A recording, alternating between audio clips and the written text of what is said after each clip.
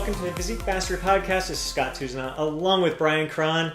Happy New Year. First week of January. People are already in full force, goal-setting mode. They're going all out, hitting the gym, trying to eat great, all that fun, good stuff. And if you've been following Brian and I for a while, you know that we're very process-oriented rather than outcome-oriented. We have our goals in mind. Sure, we have a vision for what we want to achieve. But we prefer to focus on the process instead and celebrate those daily victories. So kicking off this week, we're really focused on just building some positive habits. And when I was talking with Brian earlier in the week, he said even more so than just focusing on habits and the process, because there's so many different things when you think about all the daily habits that go into transforming your body and living this healthy, active lifestyle.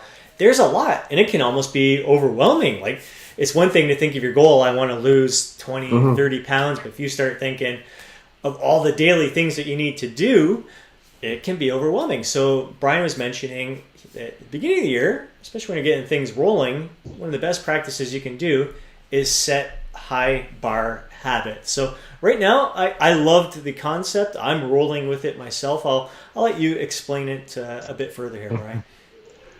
Well, it's just, like you said, man, there's so many really, really positive things that you can put in place that'll, accelerate your progress and make you feel better.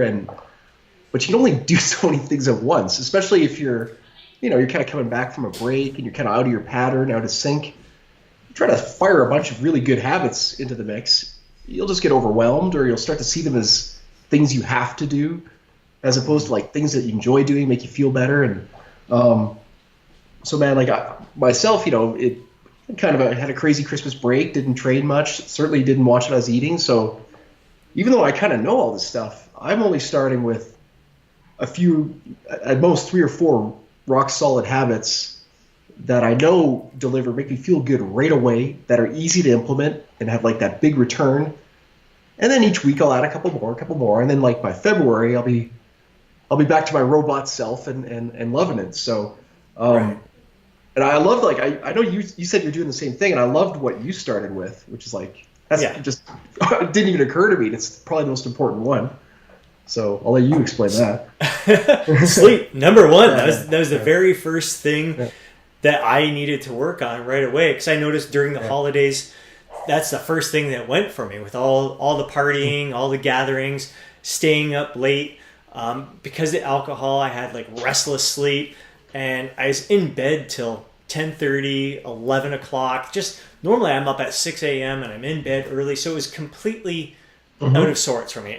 And being out of that sleeping pattern threw everything off. It threw my appetite off, my mood, my productivity. I just did not feel like myself. But I was like, it's the holidays. You're just going to do it for that time. But it was the first thing that I wanted to get in order to start off the new year. So my normal bedtime is between 9:30 during the week, and I get up at 6. So I made sure on Monday night, about 8 o'clock, I took 5 milligrams of melatonin. I find like when I'm out of a sleeping pattern, if I take some melatonin for 14 days, it helps me get into that pattern. Yeah. So an hour before bed, pop the melatonin, chilled, turn off like the TV, electronics, all that stuff. Just hung out with my wife and kids and just relaxed. 9 o'clock, went in bed, and my wife introduced me to an app on my phone for meditation. It's called Insight Timer, and so it's got all different forms of meditation, no matter what time of day you're going to be meditating, if you only have 5 minutes or 20 minutes. So I downloaded one to help me sleep, and I've been doing that for the past 2 days, and boom, I crashed immediately 2 nights in a row, and up at 6, fucking like productive, like ready to go. Like my days have been, my gym sessions have been awesome. It just got everything. It just helped with everything. From there, eating, training, everything has been better because I focused on making sleep my number one habit to focus on. Like that's, I can't believe I completely forgot about that, but it's, that's the most important recovery thing you can do. is just get enough sleep and get enough sleep consistently. I mean, people can get pretty good like, Sunday to Thursday or whatever, but it's just, when you get that 7 days consistent, sleep wake times, man, what an enormous difference that makes. Mm-hmm. So yeah, well done. 100%. Yeah. I feel it. I know it all the time. It's impacts me big. How about training for you? Any kind of habits around training? That's funny. Like, training's pretty non-negotiable for me, even as I've gotten busier and had this kid and all this jazz. It's always been like, I get my workout in, man. Like that's, but I noticed even this past year has been, and certainly over the holidays, it has been, I've never missed more training sessions due to being busy or overwhelmed with work and stuff. And so like, kind of like this year, I was like, you know what? I just looked at my schedule, how it always tends to explode, 12 o'clock, 2 in the afternoon. If I wait that long to train, it's very likely not going to happen, because I got to take care of customers, do what we do. So I'm like, you know what? I'm just going to make it the first thing I do in the morning, even though that's not my favorite time to go work out. Right. I'm going to make it my favorite time to work out because that's how I can create that repetition, create that structure. It goes in very well like with regular sleep times. If you have a regular training time, like it all feeds into the same system. And it's not my favorite time to train, but it will definitely be the time when I would least likely blow off a session. So to me, that's worth it. So yeah, setting yourself up for success and giving you daily victories to build upon. And awesome. Nutritionally, for me, I think I enjoy tracking all that fun stuff, but for me, again, like the holidays, not only did my sleep patterns go out the door, but so did my nutrition. It was just, it was a free for all, and loved it. I mean, that's the way I wanted it to be. It was fantastic. But so I didn't feel that, oh man, I've been eating like crap, completely letting loose. I need to get right to tracking. I was like, no, I don't need that. All I need to do is get back to some sort of structure and simplify things. So just getting back to my regular 2 to 3 meals that I have every single day that I always did before. I don't have to measure them or weigh them or track them. Just get back to those same meals that I have. My dinner flexibility there, just rolling, just kind of eyeballing my portion sizes and like right away, immediately drop the 2 pounds and feeling good. Just again, it doesn't take much. I'm not killing myself. It's just getting the sleeping patterns normal. Now back to that same structure with nutrition. So again, it really boils down to structure. It's nothing complicated. I wasn't looking at what fat burner should I be taking right now. Should I be skipping breakfast now, or how is 3 meals, 4 meals a day enough, or should I be doing 6 meals a day? It's going to stoke my metabolism and all that stuff. I wasn't thinking about any of the stupid minutia out there. It was simple, bare bones structure that was easy to follow and implement once again. Yeah, like why wouldn't you take something that's easy to do and just is a really effective first step, and like why not run with that first? I mean, just by following a basic meal structure, portion protein, portion carbs, 4 times, 5 times, whatever, good food choices, lots of water. Just doing that will make you feel better, definitely lower your calories, even just subconsciously, and just get you moving in the right direction. And then, in 2 weeks, 3 weeks, you know what? Now I'm gonna break down the macros for each meal, or for half my meals, whatever. And that'll bring you more progress.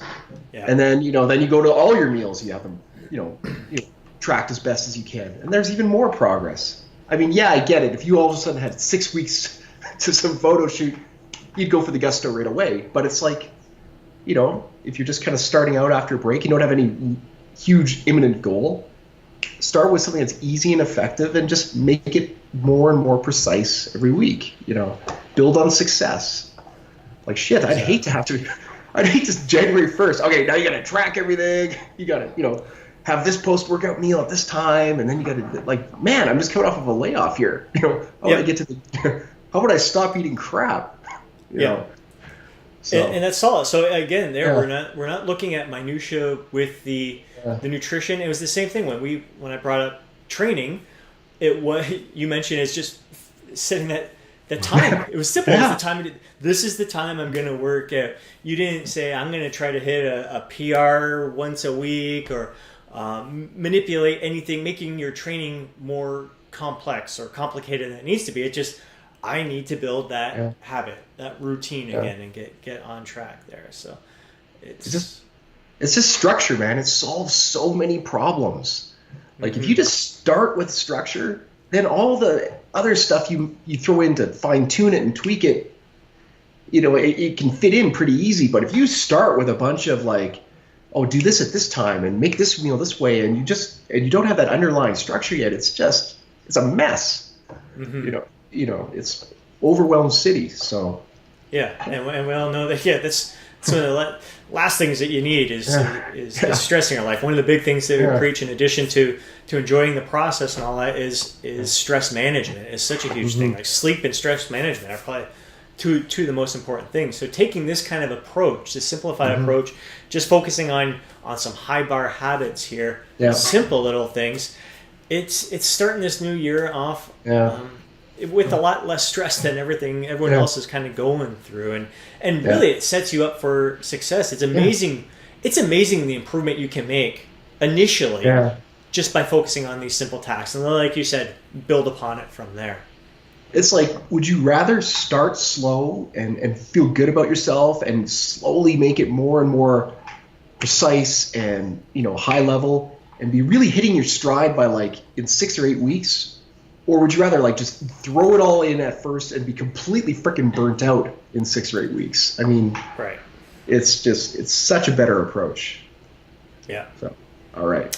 I agree 100%. Yeah. So that's 3 high bar habits that we focused on there. Number 1, sleep. Number 2, just getting some structure with your workouts. Number 3, nutrition. Again, just structure with nutrition. Any other high bar habits that you think of? Oh man, there's so many. I mean, obviously, drinking more water, drinking less alcohol, or no alcohol, preferably. Just those are obviously big ones. And then the obvious, don't drink your calories, and they just, you notice that they slowly get more. They slowly get more like nuanced and a little bit more precise, and doesn't really apply to everybody in every context. So you gotta start with the big stuff, and then Yep, exactly. Because basically what you say, like more water, and it's just then you start breaking down. All right, so I was focusing on more structure with my nutrition. Now, how can I kind of fine tune the nutrition? All right, I'm gonna bump up my water more. I'm gonna eat a little more protein, and just different little things. You start focusing more and more on the little things that can help out. But in the beginning this week, focus on the big things and just keep kicking butt on them. Absolutely. Very cool. Awesome. Very cool. Happy New Year, everyone. Hope you enjoyed this opening episode of 2018. We'll catch you next time for another episode of Physique Mastery Podcast. Ooh.